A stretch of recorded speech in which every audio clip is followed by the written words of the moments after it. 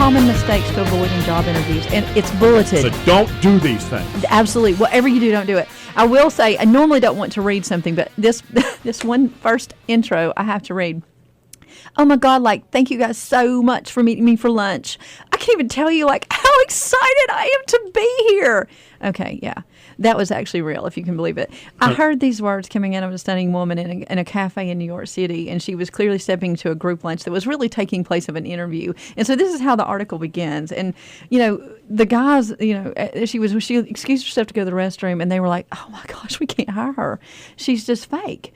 And so that, goes on to talk about the article of just about the common mistakes that people make in the interviewing process. And we have all been there, and we have learned greatly from them, either by fire or otherwise. But I will tell you, one of the things that is, and I coach, and when I do coach about the interviewing process, it talks about being inauthentic. You can smell a rat. You can feel it. You can tell when someone is being disingenuous.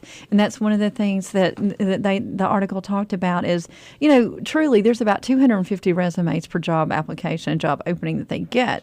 So there's really only going to be a handful of these candidates that are really going to even stand out enough to be selected. So, when you finally get there to the interview place, you don't want to put on a face, do you?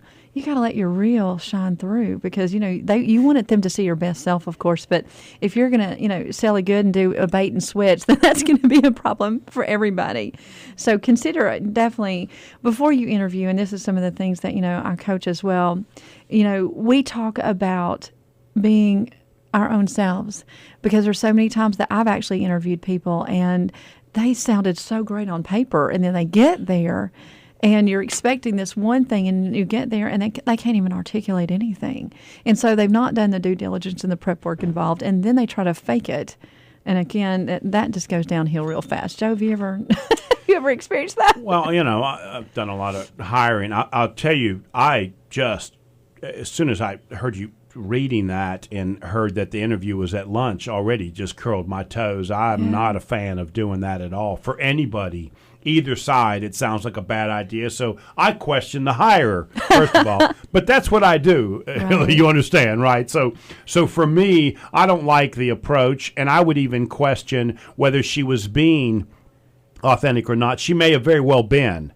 Right. But that is the problem with the interviewing process. You have to be, and I tell people this in a deal, your audience is who is in front of you, and you have to know who they are, what it is their interests are, and if you cannot do that, you probably ought to come up with a reason why you shouldn't go to that meeting. Because nowadays, we talked about it last week, cold calling is dead, right? But what that means is you should know who you're getting ready to talk in front of. And probably this poor young lady was sitting in front of a couple of people that take themselves entirely too seriously, which is why they thought she was being unauthentic. That may not be the case, but that was how she was perceived. Yeah, well, and I agree. You never really know what went on. Whoa, you agree. That means exactly. Wait a minute. We're going to ring this bell. No, I'm in charge of the bell today, so I get to ring it. I get to ring the bell. No, but it's truly, I do agree with that. You never really know what the situation is, and of course, we only get information secondhand unless we've been there. But I know that for myself, I've been in a situation such as that before. The second bullet point, again, we're gonna try to crank through this article, was talking smack, and there's absolutely no chance that you will be able to elevate yourself when you are talking trash about somebody else. And I have heard that so many times. You'll wonder if you're going to be the next victim. If you do something that is hard and you make someone do the right thing. I don't know how many times that, growing up in the consulting world, truly, we used to work long hours. I mean, we worked sometimes 16, 18 hours a day, and sometimes 24 in case our client needed something and he needed it, expedited. So, you develop that rigor and, just that understanding that you just do what it takes for, the best of the company. But anymore, you just don't really see that. You see, here's what you find. You find, well, I can't really get that to you by then. I just look at him like, excuse me? Did I hear you right? I'm not sure I understood that. It didn't register. And, they just have a different ethic altogether. And so, then, of course, growing up with rigor and things of that, you're like, yes, we need it by this date. Then, of course, that's going to make them very angry. So they're going to go back, instead of actually working on something, they're going to go to the water cooler and complain and have all the, the drama and the gossip and the things of that nature. And you're like, wow. So you do have to be really careful. Right. With that. I see this a little bit differently, but keep in mind for all of you that are out there listening, I don't go to job interviews, right? So I'm the guy that couldn't get a job, and Mama had to borrow $12,000 on her home to buy me a small restaurant, right? So you say that you can get a job don't anywhere. listen to me about getting a job, but let me tell you this. If you're agreeing with everything the person in front of you is saying, the odds are you're not going to get very far. No. I tell people all the time, if you don't say no at least 3 times, or I disagree, right, at least 3 times in a conversation, this goes back to number 1. You're not being authentic. And I agree, Joe. I'm not hiring or I'm not working with somebody that doesn't have this feel or this opinion on exactly what's going on. Because you can say, I don't quite agree. The way I would say it is X, and then end up agreeing with them, right? So there's a way to do that. And so that's kind of how I would take this. Well, and that's really true. And it brings back just a time where I was up in New York on a project, and the actual CEO, he brought me back into a room after for a debriefing of the meeting, and he just asked me how did he think that it went, and I was actually I'm kind of known as the teller of truth, and it can hurt. My nickname was the Velvet Hammer. I mean, really nice about it, but I'm gonna be honest, and I'm gonna come down on it, and I shared with him my observations.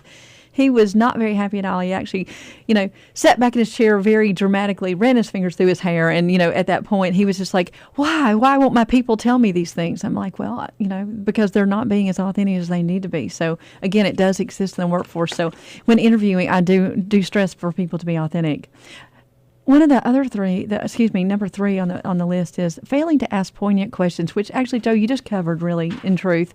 Because again, if you're not going to ask a question or going to challenge something that they say or need to know a little bit more information, then it's really not authentic engagement. Don't even sit down if you don't have at least 3 or 4 questions to ask them. Because if you don't have 3 or 4 questions to ask, you did not do your homework, which means you should not be sitting at that chair in front of them. Exactly. I am in complete agreement with you. Exactly is what she said. You better believe it. And number 4. Number 4 is talking about more work history than accomplishments. There are so many times that I hear that. It's almost like that they've memorized their resume, and so it's not their story. It doesn't become their story. Yeah, sure. I want to understand what you did. Sure. I worked with a major financial services company, and I was on a global initiative, and we did this. Okay, great. But what was the bottom dollar? Yeah. What did you do other than what was your history? What was the ROI on that? I'm like, okay, well, I saved the company $365 million on that project. That's what they want to know. Right. So they don't want to know just exactly what you did, but they want to know what results that you had. I'll tell you something. I had a meeting yesterday with a client that owns a couple of gun ranges and rifle ranges, and he wants to sell them. And we're talking, and I'm saying, yeah, I've got a client that did that. And the next thing out of his mouth would be, did you sell it? There we go. And then I'd talk a little bit more, and I'd say, yeah, we had a couple of clients. Did you sell them? Did you sell them? So he really did just take, it didn't matter what I said. So by the 3rd time, I realized I'm not mentioning anything that I didn't close, right? He trained you well, didn't he? Right, in a minute. Lucky for me, the only thing on my mind is always a successful deal, not one I couldn't close. Right. Well, those are important too, because there's always lessons to be learned. But I'm with you. You always want to be able to back it up with some quantitative and qualitative results.